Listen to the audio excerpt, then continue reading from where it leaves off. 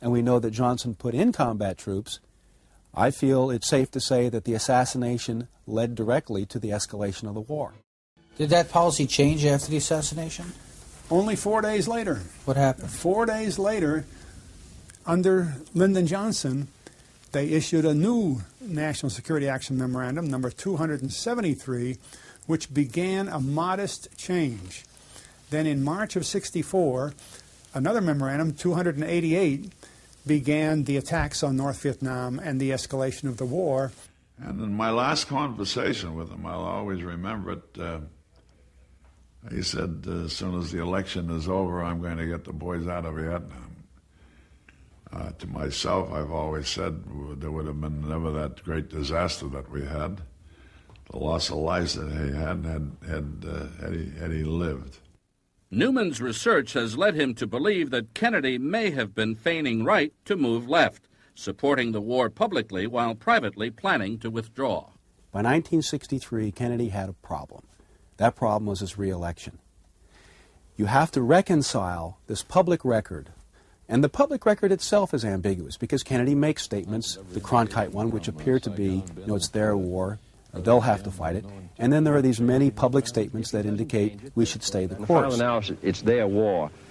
They're the ones who have to win it or lose it. We can help them, we can give them equipment, we can send our men out there as advisors, but they have to win it, the people of Vietnam, against the communists. But I don't agree with those who say we should withdraw.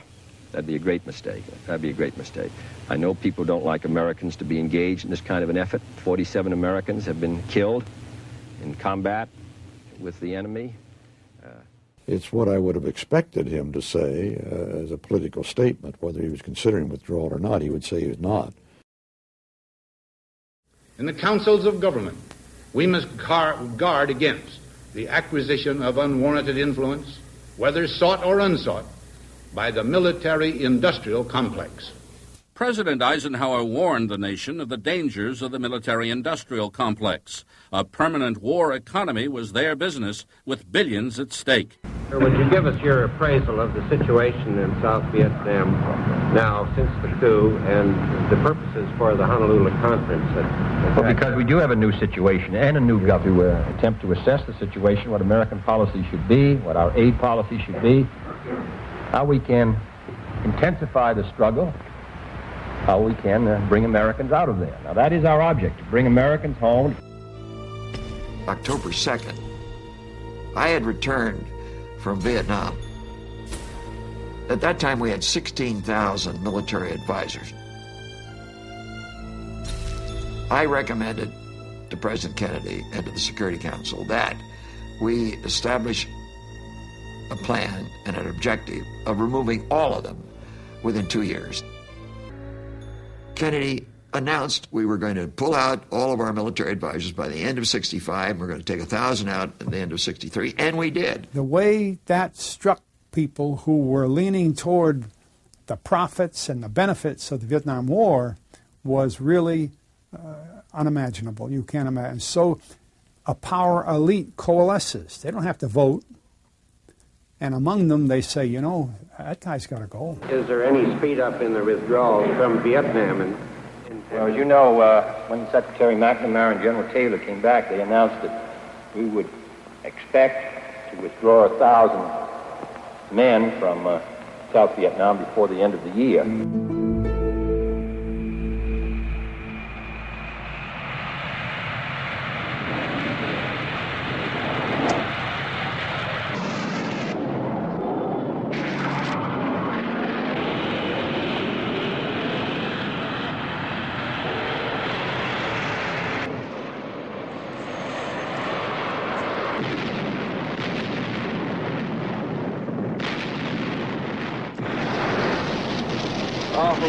I'll be so glad to go home.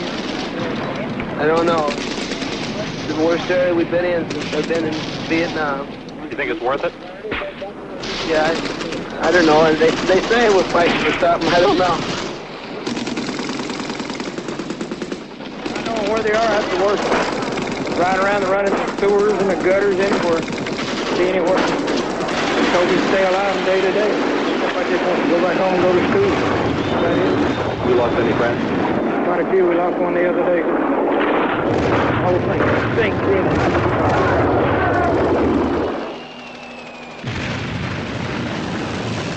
We sang 3 hymns and had a nice prayer.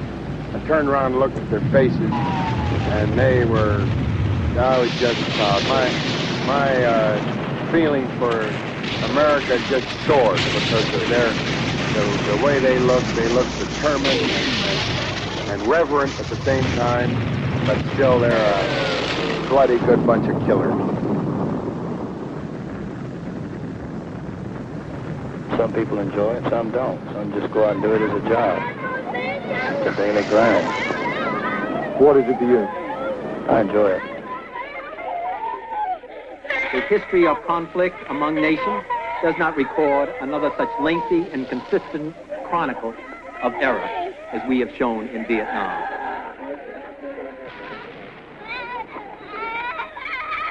Throughout the war in Vietnam, the United States has exercised a degree of restraint unprecedented in the annals of war.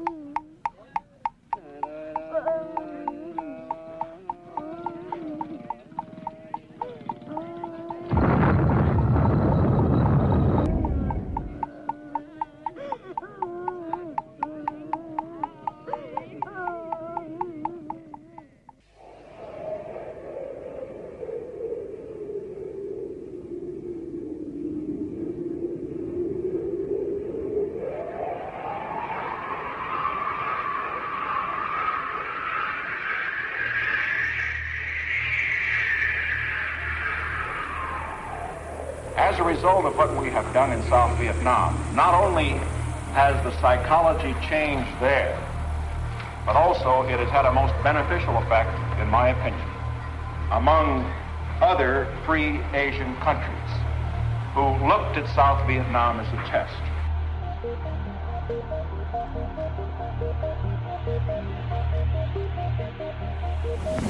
Well, Bob? Yes, Mr. President. I hate to modify your speech any, because it's been a good one, but I just wonder if we should find 2 minutes in there for Vietnam. You know, the problem is what to say about it. All right, I'll tell you what I would say about it. I would say that we have a commitment to Vietnamese freedom. We could pull out of there, the dominoes would fall, and that part of the world would go to the communists.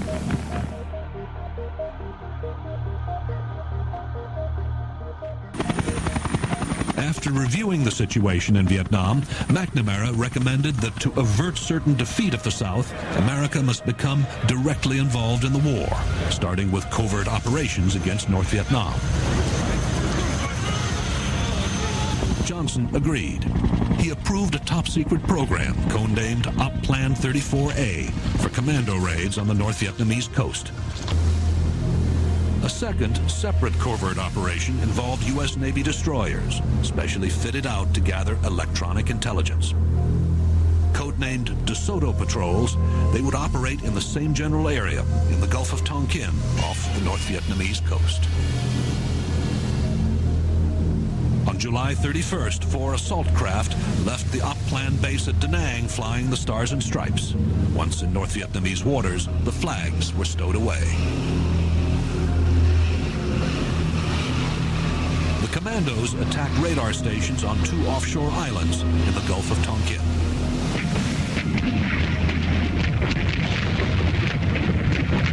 Within hours, the U.S. destroyer Maddox, fitted out for a DeSoto patrol, arrived in the Gulf, heading north toward the islands the commandos had just attacked.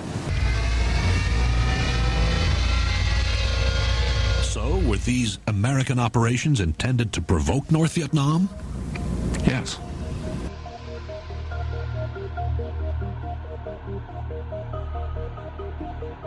What happened was we've been playing around up there, and they came out, gave us a warning, and we knocked hell out of them. We are within their 12-mile limit. There have been some covert operations in that area that we've been carrying on, blowing up some bridges and things of that kind. So I imagine they wanted to put a stop to it. So they come out there and fire, and we respond immediately. We cripple them up, and then we go right back where we were with that destroyer and with another, and plus plenty of planes, and we haven't pulled out, we pulled up.